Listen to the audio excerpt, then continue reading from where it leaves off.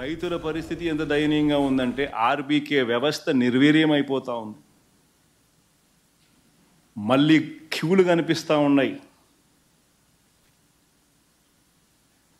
వ్యవసాయ సలహా మండళ్ళు రద్దయిపోయినాయి.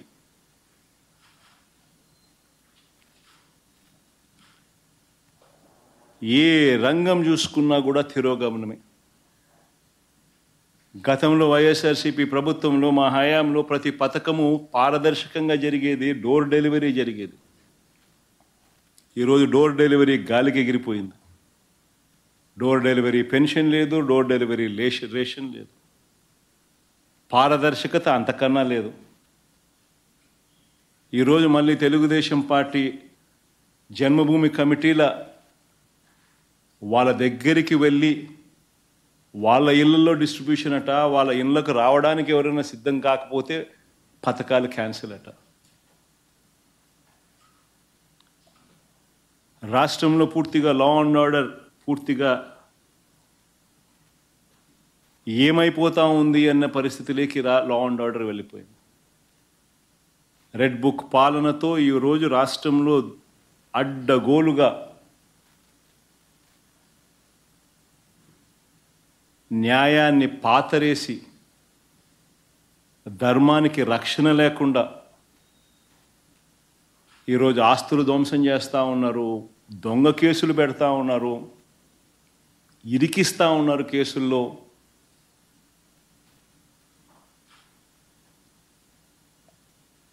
ఇష్టం వచ్చినట్టుగా రాజ్య పరిపాలన చేస్తూ ఉన్నారు. అన్ని రకాలుగా ఫెయిల్ అయిపోయిన ఈ ప్రభుత్వం చివరికి ప్రతి అతుగులోనూ డైవర్షనే, ప్రతి అడుగులోనూ డైవర్షనే.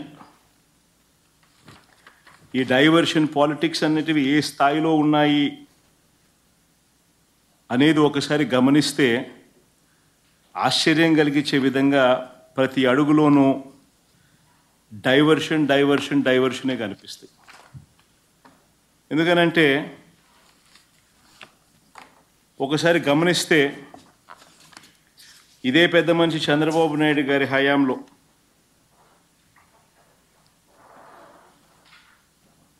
రాష్ట్రంలో అరాచక ఆటవిక పాలన మీద మేము ఢిల్లీకి వెళ్ళి ధర్నా చేస్తే డైవర్షన్ చేసేందుకు చంద్రబాబు నాయుడు ఏం చేస్తాడు? అదే రోజు మదనపల్లెకు చాపర్ పెట్టి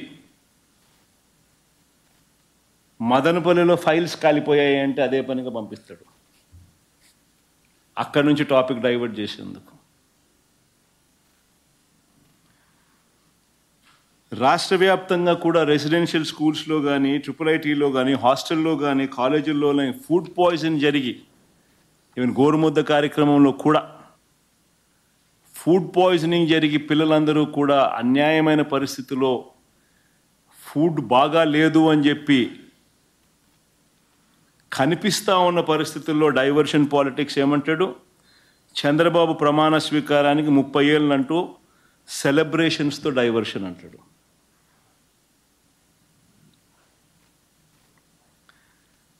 చంద్రబాబు నాయుడు స్కిల్ స్కామ్లో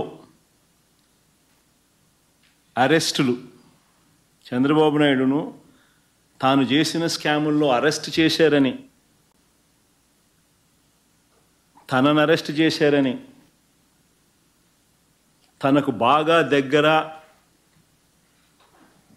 తనకు బంధుత్వం ఉన్న ఈనాడు ఆ మార్గదర్శి నేరాలను బయట పెట్టారు అని ఆ IASలు, ఆ IPSలు అధికారులను వేధిస్తూ ఉన్న పరిస్థితులు, ఆ వేధింపులకు తాను పాల్పడతా ఉన్నాడు అని చెప్పి సర్వత్రా విమర్శలు వస్తూ ఉంటే దాన్ని డైవర్ట్ చేయడానికి కోసం అని చెప్పి మళ్ళీ ముంబై నుంచి ఒక సైడ్ ఆర్టిస్ట్ సినీ నటిని అడ్డు పెట్టుకుని ఒక స్టోరీ, ఆయన పేరేం పేరు, జత్వానినా ఏదో పేరు కాదా, ఆయన పేరుతో మాదొక డైవర్షన్ స్టోరీ. విజయవాడలో మనమంతా కూడా చూసాం ఏ రకంగా అలర్ట్ వెడ్నెస్డే బుధవారం రోజు అలర్ట్ వస్తే శుక్రవారం సాయంత్రం నుంచి ముమ్మరంగా వర్షాలు పడతాయని అలర్ట్ వస్తే బుధవారము, గురువారము, శుక్రవారం మధ్యాహ్నం దాకా నీకు టైం ఉన్నా కూడా చంద్రబాబు నాయుడు గారు అనే వ్యక్తి తాను రివ్యూ తీసుకోకపోవడం వల్ల ఇరిగేషన్ సెక్రటరీ కానీ, రెవెన్యూ సెక్రటరీ కానీ, హోమ్ సెక్రటరీ కానీ వీళ్ళందరి ఆధ్వర్యంలో చీఫ్ సెక్రటరీతో ఒక రివ్యూ తీసుకుని వాళ్ళకు బాధ్యతలు అప్పచెప్పుంటే 60 మంది చనిపోయే ప్రమాదం ఉండేది కాదు అని తెలిసి ఇరిగేషన్ సెక్రటరీ ఫ్లడ్ కుషన్ తాను ఏర్పాటు చేసేవాడు, రెవెన్యూ సెక్రటరీ రిలీఫ్ క్యాంపులు తాను ఏర్పాటు చేసేవాడు, హోమ్ సెక్రటరీ లోతట్టు ప్రాంతాల్లో ఉన్న ప్రజలను రిలీఫ్ క్యాంపులకు షిఫ్ట్ చేసి ఉండేవాడు. ఇవేవి కూడా చంద్రబాబు నాయుడు చేయకపోవడం వల్ల విజయవాడలో ఏ రకంగా, విజయవాడనే కాదు ఏలేరు కూడా అదే రకంగానే మిస్మేనేజ్మెంట్, మ్యాన్ మేడ్ ఫ్లడ్స్ ఏ రకంగా క్రియేట్ చేసి ఏ రకంగా చంద్రబాబు నాయుడు అన్ని రకాలుగా ఫెయిల్ అయిపోయిన పరిస్థితి కనిపించిన నేపథ్యంలో దాన్ని డైవర్ట్ చేసేందుకు ఈ పెద్ద మనిషి చంద్రబాబు నాయుడు ప్రకాశం బ్యారేజీలో బోట్లంట, ఆ బోట్లతో బ్యారేజీని ధ్వంసం చేయడానికి ప్రయత్నించారంటూ ఇంకొక డైవర్షన్ టాక్టిక్.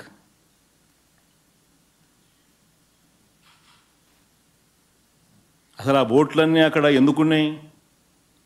ఆయన చేస్తూ ఉన్న ఇసుక మాఫియాలో భాగంగా ఆ బోట్లు ఆయన అక్కడ పెట్టుకున్నాడు. ఈ వాటర్ ఫ్లోకు బోట్లు కొట్టుకొని వచ్చాయి. మరి ఆయన 4 నెలల కాలంలో ఆయన పెట్టుకున్న బోట్లు కొట్టుకొని వచ్చి ఆ బోట్ల వల్ల ప్రకాశం బ్యారేజీ మునిగిపోతుందంట. అది ఇంకొక డైవర్షను. విశాఖపట్నం స్టీల్ ప్లాంట్ అమ్మకం మీద కూడా కొత్త మెడికల్ కాలేజీలో ప్రైవేట్ పరం చేసేయాలన్న స్కాముల ఆలోచన మీద వాటి మీద కూడా ఆందోళన జరుగుతూ ఉంటే ముగ్గురు సీనియర్ అధికారుల మీద సస్పెన్షన్ వేటు వేస్తూ అది ఇంకొక డైవర్షన్.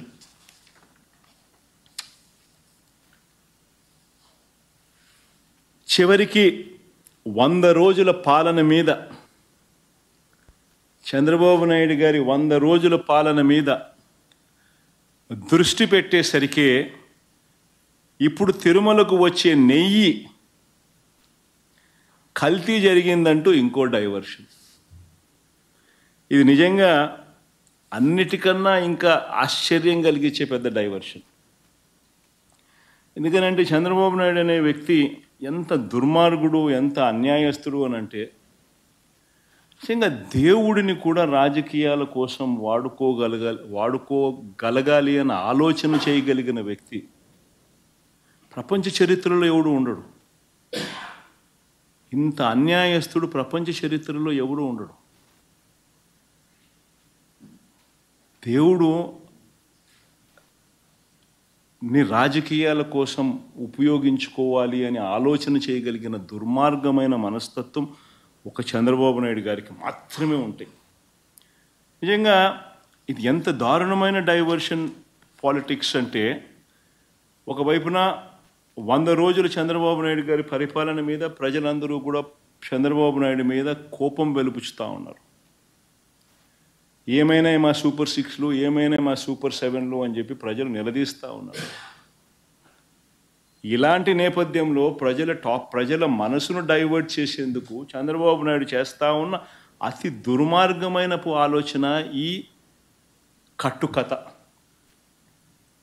నిజంగా ఈ కట్టుకథ ఎంత దుర్మార్గము అనేది నేను మీ అందరికీ కూడా ఒక కొద్ది నిమిషాలు మీ టైంలో ఇస్తే నేను ఎక్స్ప్లెయిన్ చేస్తా. మీరే ఆలోచన చేయమని చెప్పి కూడా మిమ్మల్ని అందరినీ కూడా నేను కొడతా ఉన్నా. ఇంత దుర్మార్గపు పని చేయగలుగుతారా ఎవరైనా? చేయడం ధర్మమేనా అని అందరూ ఆలోచన చేయమని అడుగుతా ఉన్నా. ఎందుకనంటే కారణం ఏమిటనంటే ఈరోజు తిరుమలకు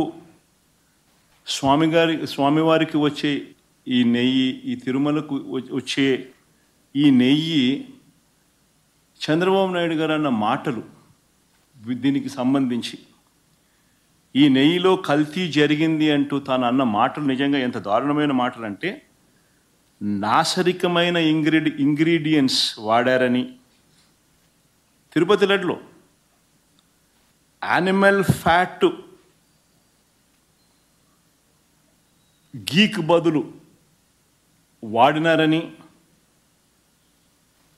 ఇదే పెద్ద మనిషి చంద్రబాబు నాయుడు ముఖ్యమంత్రి హోదాలో ఉంటూ ఒక ముఖ్యమంత్రిగా తాను మాట్లాడిన మాటలు ఇవి.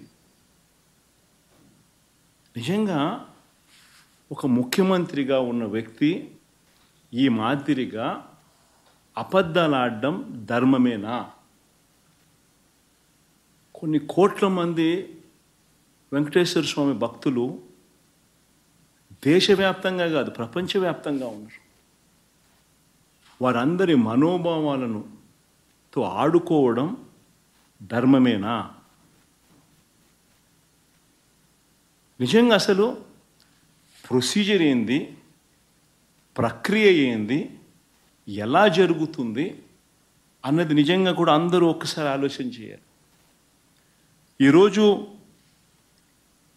ఈ నెయ్యి సప్లై చేసే ఈ కార్యక్రమం ఏదైతే జరుగుతూ ఉందో ఇదేదో కొత్తగా జరిగే కార్యక్రమం కాదు. ఇది ప్రతి 6 నెలలకు ఒకసారి ఇది రొటీన్గా రెగ్యులర్గా జరిగే కార్యక్రమం. ప్రతి 6 నెలలకు ఒకసారి ఆన్లైన్లో టెండర్లు పిలుస్తారు. ఆ ఆన్లైన్లో పిలిచిన టెండర్లకు ఆధారంగా కంపెనీలు కోట్ చేస్తాయి. L1 ఎవరికి వస్తారో వాళ్ళని బోర్డు అప్రూవ్ చేస్తుంది. ఇది రొటీన్గా 6 నెలలకు ఒకసారి రొటీన్గా జరిగే కార్యక్రమం. మరి రొటీన్గా జరిగే ఈ కార్యక్రమం ఏదైతే ఉందో దీనికి సంబంధించి ఆ క్వాలిఫికేషన్ క్రైటీరియా ఇటువంటివన్నీ కూడా కొత్తగా మార్చింది ఏమీ ఉండదు. ఎవడు మార్చేది ఏమీ లేదు, కొత్తగా మార్చింది అంతకన్నా లేదు. ఎప్పటి నుంచో జరుగుతున్న ఈ క్వాలిఫికేషన్ క్రైటీరియా తిరుమల తిరుపతికి సంబంధించిన వెంకటేశ్వర స్వామికి సంబంధించిన లడ్డు అనేది ఎంత ప్రసిద్ధి కాంచిన లడ్డు అంటే దానికి సంబంధించిన లడ్డు తయారీలో వాడే ఈ నెయ్యి కానీ వాడే ఇంగ్రీడియంట్స్ కానీ ఇవన్నీ కూడా దశాబ్దాలుగా జరుగుతూ ఉన్నాయి. ఇవన్నీ ప్రొక్యూర్మెంట్ ప్రాసెస్ అనేది. దీని కొత్తగా ఎవడు వచ్చి చేసేది ఏమీ లేదు, ఎవడు కొత్తగా దాంట్లో ఏలు పెట్టేది లేదు. రొటీన్గా జరిగే ఈ కార్యక్రమం, ఈ రొటీన్గా జరిగే ఈ కార్యక్రమం 6 నెలలకు ఒకసారి రొటీన్గా జరిగే కార్యక్రమంలో ఎవరు L1గా వస్తారో వారికి ఇస్తారు. మరి ఎవరు సప్లై చేసినా కూడా, మరి ఎవరికి L1గా వస్తారు, ఎవరు సప్లై చేసినా కూడా వాళ్ళు ప్రతి ఒక్కరూ కూడా వారు సప్లై చేసిన ప్రతి ట్యాంకర్తో పాటు, వెరీ ఇంపార్టెంట్ ఈ పాయింట్, వాళ్ళు సప్లై చేసిన ప్రతి ట్యాంకర్ నెయ్యితో పాటు వాళ్ళు NABL సర్టిఫై చేసిన సంస్థ నుంచి, అంటే NABL అంటే నేషనల్ అక్రెడిషన్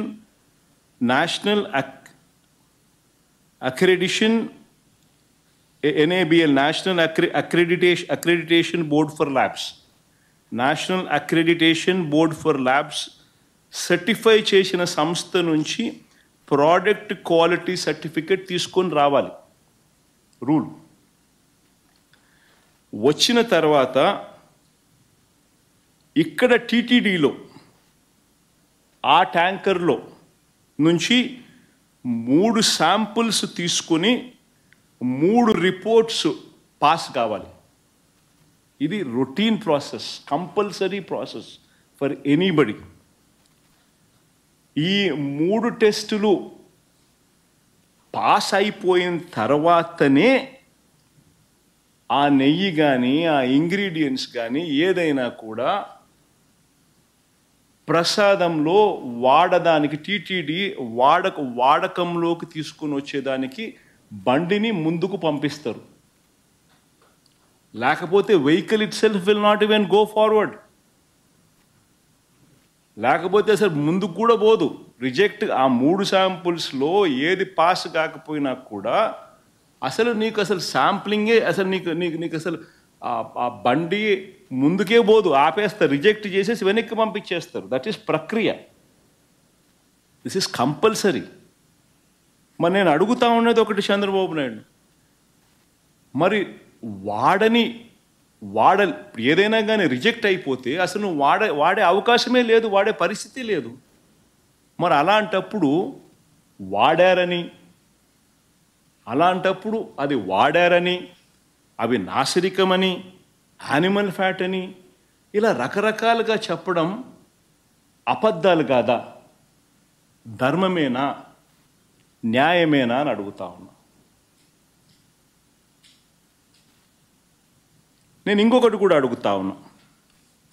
ఈ మాదిరిగా ఈ 3 సార్లు ఈ క్వాలిఫై అయిన ఈ నెయ్యి సప్లై చేసే సంస్థ కానీ, ఈ క్వాలిఫై అయిన ఈ సంస్థలు ఎవరైతే ఉంటారో వాళ్ళు national accreditation boards for labs నుంచి సర్టిఫై చేసిన సంస్థ నుంచి ప్రోడక్ట్ క్వాలిటీ సర్టిఫికెట్ తీసుకుని రావడమే కాకుండా ఆ తర్వాత ఇక్కడ టీటీడీలో 3 శాంపుల్స్ తీసుకుని 3 రిపోర్ట్స్ మళ్ళీ పాస్ అయితేనే ఇవి వాడకంలోకి తీసుకొని వస్తారు.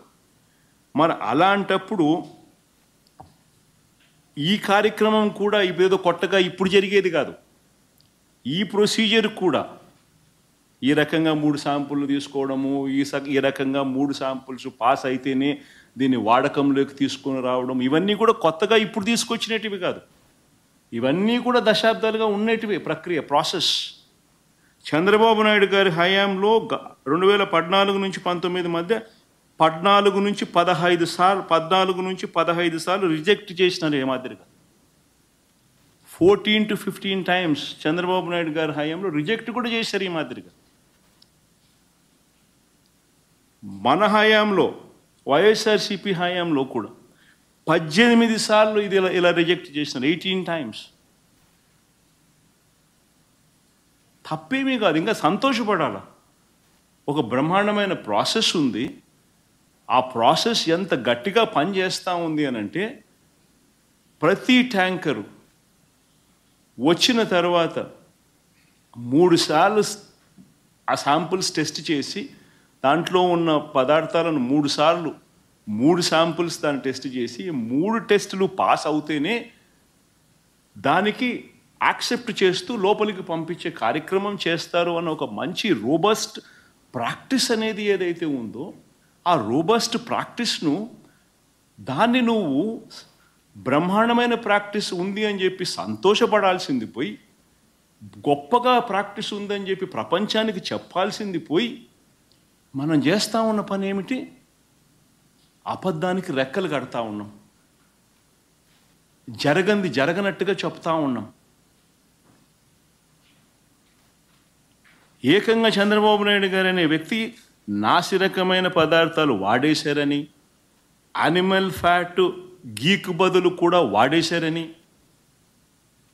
లడ్లు తయారైనాయని భక్తులు తినేశారని, ఎంతటి దారుణమైన అబద్ధాలు ఆడడం ధర్మమేనా అని అడుగుతా ఉన్నా.